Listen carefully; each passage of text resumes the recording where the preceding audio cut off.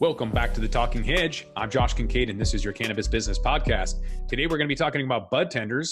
On the line with us is Zara Cole, Chief Operating Officer of Budtenders Ball, as well as Tyler Nestorenko, Communications Director of Budtenders Ball. Zara Cole is a veteran of the I-502 cannabis community, having started medical dispensaries Organic Greens and Integrative Medicine in 2012 with husband Andrew Cole. Her passion and drive for the industry grew, and in 2015, Zara and her husband created American Hash Makers.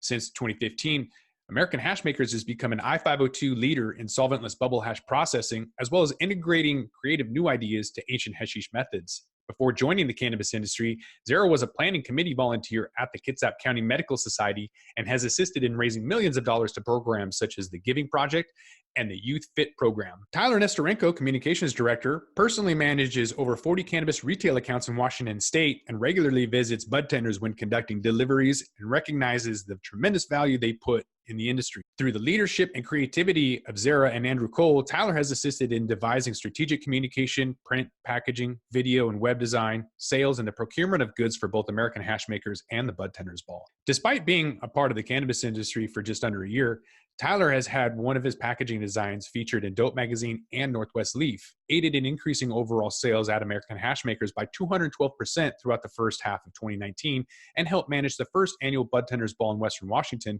which hosted over 750 attendees. Tyler hopes to continue to grow the Budtenders Ball to promote the vitality of budtenders and how their outstanding performance and attitude can significantly amplify the recognition and profits of cannabis producers and processors throughout North America.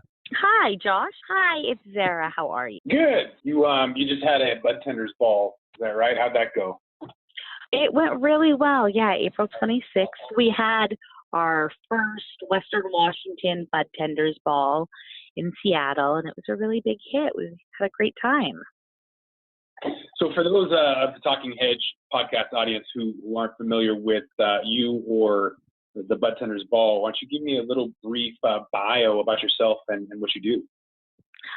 So the premise of the Budtenders Ball is to connect the direct sales force to the producers and processors who distribute cannabis products to cannabis retail shops, because so often they may have a relationship with a buyer or a manager or an owner as brands, or sometimes the brands are so large it's difficult for them to cultivate those one-on-one relationships with the budtenders who are distributing the direct products.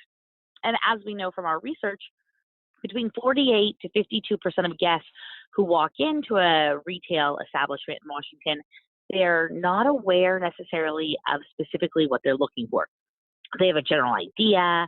They may know a terpene profile they enjoy. They may know a strain or a brand they've enjoyed in the past. But generally, about 50% of the time, they're looking for the budtender's direction.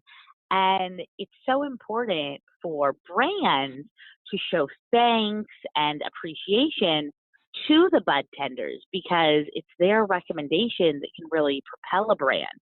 And the other wonderful thing about participating in the Budtenders Ball for the producer processors is the different networking relationships they get to form with fellow producer processors.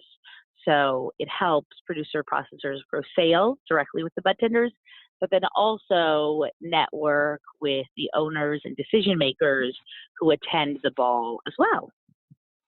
So that's a good segue. We see that some people outside the industry, they might smirk at the notion that bud tending as a legitimate profession, but those in the know understand that there's a key component of making their cannabis succeed, and that's a bud tender. So in reality, the vast majority of patients and consumers that take bud tenders' recommendations very seriously, of which 22% respondents who buy from dispensaries or rec shops report always following their recommendation, and another 69% seriously consider the bud tender recommendation, although they weigh other factors in as well. So it's interesting, those who spend more per week on cannabis and consume more frequently have a higher opinion of the knowledge of their local bud tenders and follow the recommendation more often. So this is significant because in many markets, as much as 3/4 of the sales come from those users. So are you able to maybe not quantify, but expand on that, on how important bud tenders are to these cannabis brands? For sure. So what we did for our market research is we went and we stood outside of larger shops, Uncle Ike's, Have a Heart, Clear Choice in Bremerton, Satori, Lucid, and we always asked at least a group of 10 people to have a minimum statistic, and we asked them if they knew what they were looking for that day, and then when they walked out, we asked if they made the selection of what the Budtender recommended. And that's where we were really able to gauge that 50% margin for our numbers, where guests of the retail shops were listening to the Budtender's recommendation. So there's a recent article talking about Budtenders as the gatekeepers to the billion-dollar legal weed industry, written by Brian Yeager of Lemon Haze. And so there's a lot of, let me see, how do I want to phrase this?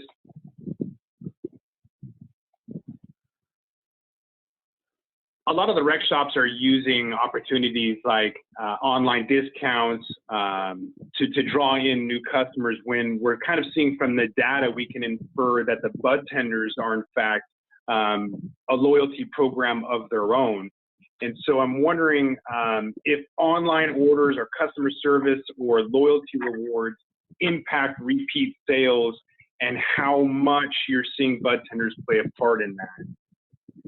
You know, I think it's very comparable to the restaurant industry. So service makes up 50% or more of any interaction, whether it be a milkshake you're buying, a joint, or a fine dining meal.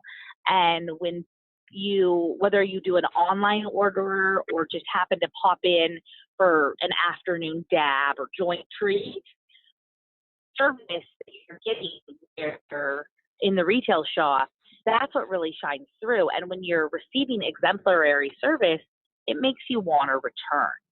And, you know, we as humans, we build on our relationships. And as those relationships cultivate, you want to go back. Just like going to see your favorite bartender. We're habitual. We're humans. You know, everyone has the place where they go get their nightcap. And now people have the place where they go grab their weekly or daily afternoon cannabis treat. Mm.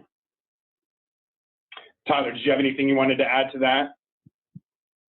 Yeah, certainly. Hey, thanks for having me. And I think just the one point I'll add on to, just kind of collaborating with what Zara said, is I think that having any sort of reward system, by rewarding your customers, that they're going to want to return back to your retailer.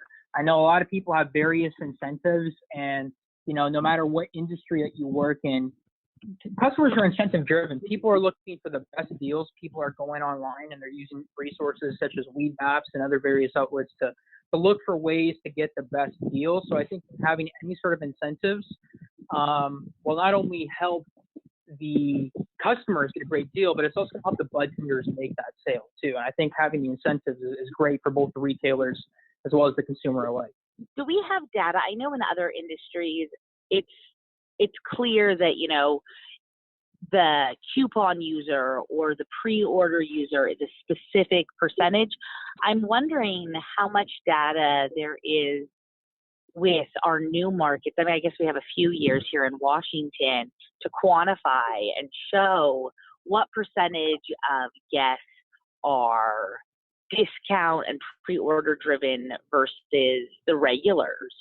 I don't know. I'd like to know. I went into Have a Heart recently, and they had about 20 orders at about 10 o'clock in the morning, and they had 200 in the queue amongst their, 5 stores. And that's so fantastic. That's a lot. Yeah. I don't think many people understand that Washington's the only state with recreational cannabis where cannabis stores can't be owned by the farmers themselves or processors. So being divided from producer, processor, and retailer makes Washington the only state that maybe has a higher emphasis, or maybe even the highest emphasis, on Budtenders. And then when you break down some of the information from BDS Analytics that tracks over 1,000 brands producing over 45,000 unique products over the last 12 months in Washington, they looked at that Colorado only had 274 brands by comparison, producing only 11,000 products. Oregon had 431 brands, making about 10,000 products. So some of the retail stores limit it, but Ryan Kronkel at Have a Heart said that he has between 2,000 and 2,800 different SKUs in each store location. So how does a customer wade through the thousands of different products and arrive at a possible choice? Yeah, I think that's, as personally, as a cannabis user, I've been using cannabis for about 15 years now. I feel very comfortable with specific brands, but at the same time, there are budtenders that I've had relationships with, and that longevity of trust builds on me following their recommendation. And I feel really blessed to have those relationships, and very rarely do budtenders steer me wrong. So it's so great to have that knowledgeable lead behind the counter steering me in the right direction. Yeah, I'm excited for the panel. Bree Williams is a data analyst with Evergreen Market. I think she maybe has that only title amongst budtenders. So I'm interested to see what kind of data she's able to have. So if you've got further questions, I can ask her. And then if you have anyone else that you might be able to recommend to speak with afterwards as a follow-up, Alec Langston, for example, a budtender at Dockside, was able to see that packaging needed to be recycled and started Canacycling, a cannabis recycling program. So I'm always interested in hearing about interesting folks and what they're doing. What's you guys' opinions in terms of new hires? Do you feel that they have an unrealistic expectation about working in the cannabis industry? Well, in terms of new hires, and if they have an unrealistic expectation in working in the cannabis industry, it really depends as to what people are looking for and what the budtender is trying to accomplish by obtaining that position. There's some budtenders out there who are happy to go to work every day, acquire some free samples and just, work on the customer service side. And then there's also some budtenders who are looking to move up the ranks and actually trying to obtain as much information or make as many contacts as possible. So in terms of expectations, it really, I think, falls on the front end with the HR department at retailers, in terms of what is that person looking for and what are the expectations that are being set for the budtender to try to accomplish whatever their specific needs are. So in terms of unrealistic expectations, I think there might be some budtenders might obtain a position at some location where maybe their dreams, it might be a little bit more difficult for them to move forward, whereas others, maybe they want the budtender to expand and obtain more knowledge and to increase sales at a particular retailer, but maybe they're more just content in showing up to work. And so it really does depend.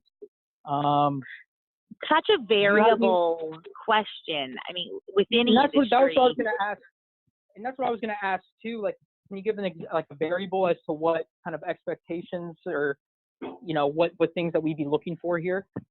Well, I think that's so unique. I don't really know. I just see that there's a high turnover rate. I know that it costs a lot of money to replace them, $2,000 on average, and that there was a Headset report. Headset just teamed up with Nielsen, by the way, to come up with even more mainstream analogous data, especially as it pertains to cannabis. And yet the previous report that they had on budtenders was that there wasn't enough education or onboarding training, and that just kind of amounted to a massive amount of turnover. And yet we know how important they are. So there's that dichotomy between turnover and yet the importance. And so I'm wondering if maybe the one aspect of it is that people are getting in thinking that they're just going to have this party atmosphere, and there's this a general unrealistic expectation. I don't know what that is. I don't know what they're going into it expecting. But I'm just wondering if you've seen some of the turnover and what that's been about. I think the turnover that I have witnessed in the last 3 years has been more of tenders migrating from retail shop to retail shop. I think the high turnover rate of new unqualified staff would be comparable to any industry. And I know in 2018, through a quick Google search, I found that 1 in 4 low-level employees have an average immediate turnover rate.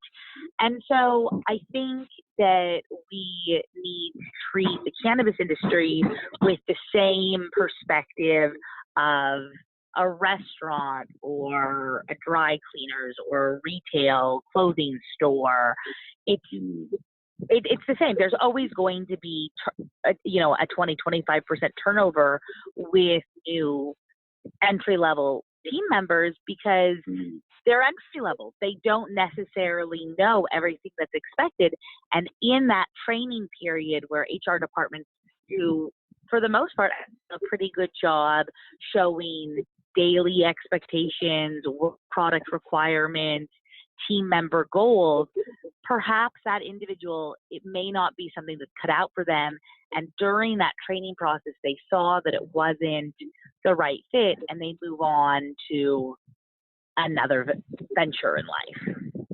Right. And just to kind of add on to Zara's point too, I think a lot of budtenders, again, I would like to reiterate what I said, before, is it really depends as to what the budtender is looking for. Are they just looking for a job where they show up? Or are they looking for a job where they want to excel, gain contacts, maintain relationships? And I think that's one key variable as to why the turnover rate is so high is because, kind of taking your words, sometimes people come to the industry thinking that's a party. And it's a very fun, exciting industry to be a part of, but there's a lot of work involved and there's a lot of education that's involved as well, too, especially for frontline employees, which kind of leads to the next thing as well, is education. Now, maybe Zara could touch a little bit on this point, but anecdotally speaking, one thing I've saw when I'm in the field and I'm going to retailers and I'm talking to budtenders is a lot of times at the smaller stores, I've noticed that the turnover rate is a little bit higher. And that may be because since it's a smaller store, there's less, manpower. There's people who have to allocate more time to the direct sales. The smaller stores, they don't have the ability because and I'm sorry to cut you off, Tyler, but from what I understand from knowing many owners of retail shops is the profit margin of retail shops ranges from about 11 to 16%.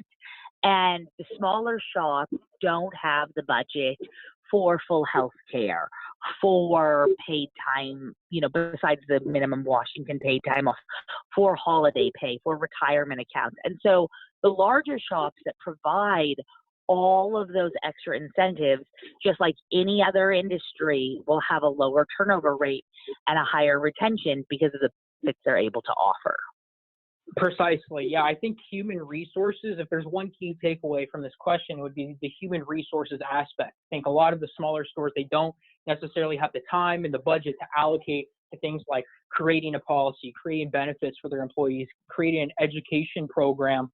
And, we're actually kind of advancing a little bit forward. So I know there's great organizations that came out. One is called Budtender, and Budtender is educating, it's bridging the gap between producer processors and the budtenders. So it's actually educating budtenders about various products that are available, which again, for free, really helpful.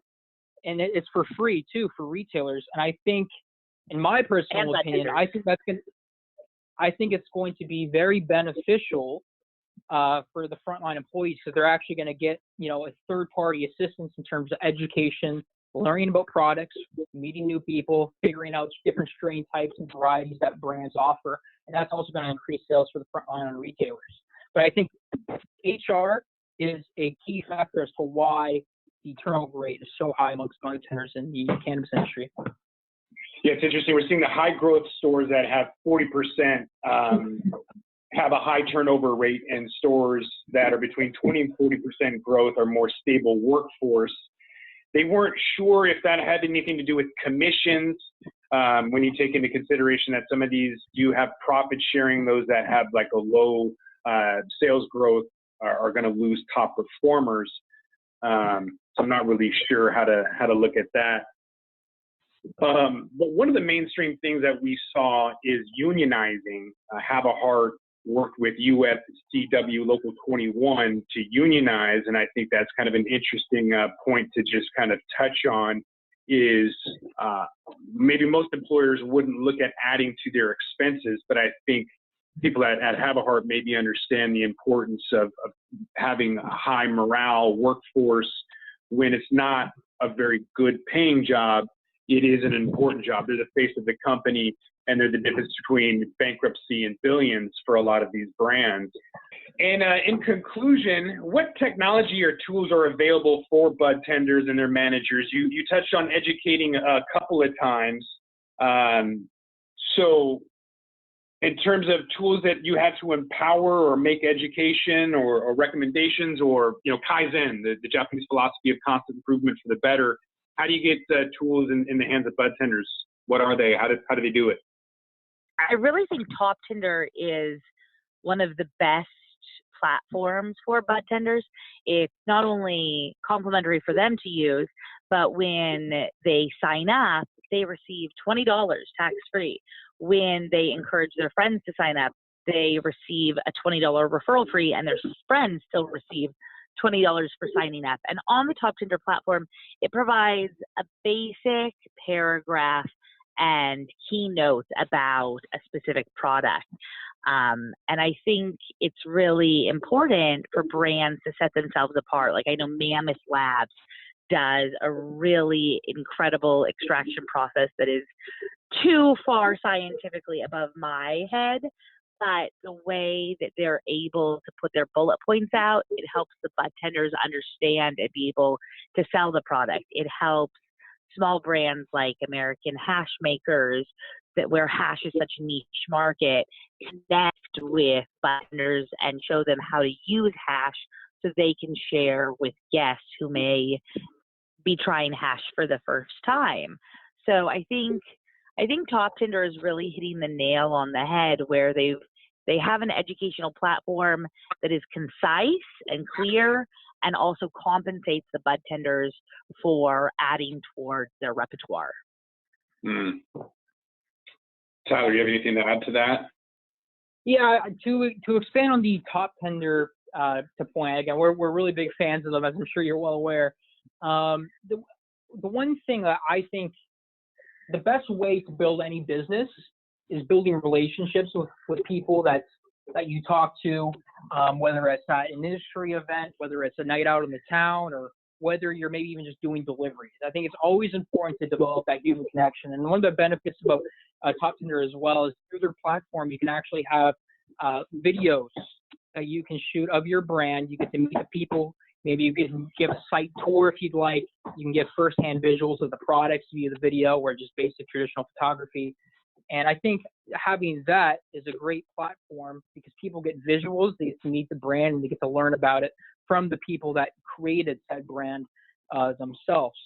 So in a world now where everything is moving more digital and technology is more prevalent than ever before, and especially given the high turnover rate that retailers are facing, how busy everyone is in today's age, it's really difficult for brands like us to come in, have a sit down with retailers and their staff members, and tell them more about us, tell them more about what sets our brand apart, what makes our brand different. So having platforms like Budtender, we bring the education right to them. Well, correct me if I'm wrong, but it sounds a lot like the Budtenders Ball. Tell me about yourself and your role in the Budtenders Ball, and kind of how this is a physical platform for that. Yeah, so the Budtenders Ball is a celebration for frontline employees in the cannabis industry. You know, our objective for the event that we had in Western Washington, we have an upcoming event on August 30th in Eastern Washington in Spokane. Our objective is to celebrate the efforts of frontline employees for everything that they do by rewarding them with gifts, food and beverages. We also have fantastic music. We have celebrity guest appearances at our parties. And we also have the Best Budtender Award that's valued at over $5,000, which gets people very excited. What my role is at the Budtenders Ball is I help create a lot of the designs that we have on our social media and our website. And I also help with some communications, as well to communicating with the public, also, corresponding with sponsors and ensuring that their messaging is on point and what they're looking for kind of coincides with what our vision and values are. Yeah, Tyler has been an exceptional help to the Budtenders Ball, so much that we even gave him 15% of our family company. My primary job for the Budtenders Ball is to work directly with the sponsors and the retail shops to help make sure they are getting the vote out for their bud tenders, communicate with them, give them any printout and tools, and then of course the event planning and execution. So hiring the Cirque du Soleil acrobat, vetting the proper DJ and caterer that will show up, purchasing linens to match, etc., putting it all together.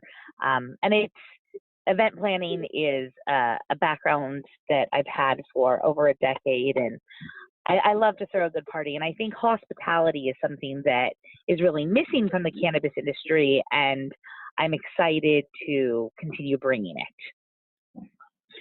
Well, it sounds like an amazing ball. How can people find you online or social media? Where are you guys at? So Budtenders Ball Events is our website, and Budtenders Ball on Facebook as well. Or not Facebook, I'm sorry, Instagram. Yeah, Budtenders Ball Events on Instagram, and then Budtenders Ball on the World Wide Web. Definitely make sure to give us a follow to check out some of the upcoming information that we have coming out in the next couple of weeks. And we're really excited to have this Budtenders Ball in Spokane. It's going to be a fantastic time, and I hope you can join us. And with that, we're going to roll this one up. I'm Josh Kincaid. This is the Talking Hedge. I want to thank my guests, Zara and Tyler of the Budtenders Ball. To learn more about the Budtenders Ball, visit budtendersballevent.com and on Instagram at Budtenders Ball Events. Don't forget to like, share, and subscribe, or don't, and I'm out. Awesome. Zara and Tyler, appreciate you guys being on the Talking Hedge. Thanks for having me. Great. Thank you so much, Josh. I hope you have a wonderful day. Thanks again. Thanks for having See you me, guys. Josh.